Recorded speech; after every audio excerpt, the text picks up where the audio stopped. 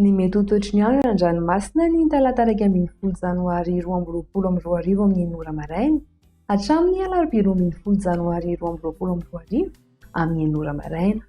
Ho an'ny morontsiraka Atsinanana, Cap d'Ambre hatrany Capeste. Andrahoana amin'ny tsitokotoko mety arahan'orana tandrifin-drahona indrindra ny alina. Ho avy atsimo no atsimo andrefana ny rivotra ka ho sivatra amin'ny 520 km isan'ora. Adiny mpanonja an-dranomasina, ahavon'ny onja, latsaky ny iray faingo 2 metatra. Capeste hatrany Mahanoro. Misy tafiotra araherin'ny ranomasina amin'ny faritra misy oram-baratra. Anonana tandrifin-drahona mety arahi-kotroka. Ho avy atsimo amin'ny ankapobeny ny rivotra ka ho sivatra amin'ny 520 km isan'ora ary haritratra 80 km isan'ora indraindray.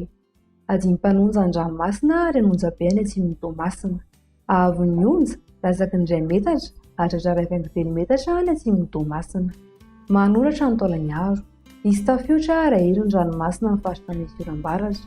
Anonana tandrifin-drahona mety arahi-kotroka indraindray. Ho avy atsimo no atsimo Atsinanana ny rivotra ka ho sivatra amin'ny 520 km isan'ora hahatratra 80 km isan'ora indraindray. Anonjabe ny ranomasina arahery manakaiky ny Taolagnaro. Ahavon'ny onja, 2,3 hatramin'ny 2,5 metatra, hatratra 2,9 hatramin'ny 3 metatra indrindra manakaiky amin'ny Taolagnaro. Taolagnaro hatrany Cap Sainte-Marie. Andrahoana amin'ny tsitokotoko. Avy Atsinanana ny rivotra ka ho 80 hatramin'ny 470 km isan'ora. Anonjabe ny ranomasina. Ahery indraindray. Ahavon'ny onja, 2 hatramin'ny 2,9 metatra. Ho an'ny morontsiraka andrefana, Cap Sainte-Marie hatrany Cap Saint-Vincent. Andrahoana amin'ny tsitokotoko. Avy Atsinanana na atsimo Atsinanana ny rivotra any amin'ny tapany atsimo ka ho 80 hatramin'ny 470 km isan'ora hahatratra 550 km isan'ora indraindray. Hiovaova ny ankafa ka ho sivatra amin'ny 80 km isan'ora. Anonjabe ny ranomasina eo anelanelan'ny Sainte-Marie sy ny Tampolo fa adiny mpanonja kosa ny ankafa. Ahavon'ny onja, 2,4 hatramin'ny 2 metatra eo anelanelan'ny Sainte-Marie sy ny Tampolo fa manodidina 2 metatra ny ankafa. Cap Saint-Vincent hatrany Cap Saint-André.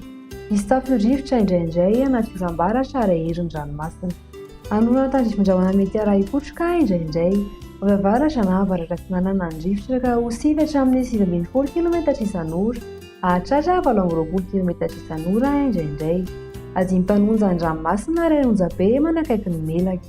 Ahavon'ny onja, manodidina ny 2 metatra, hatratra 2,5 metatra manakaiky ny Melaky.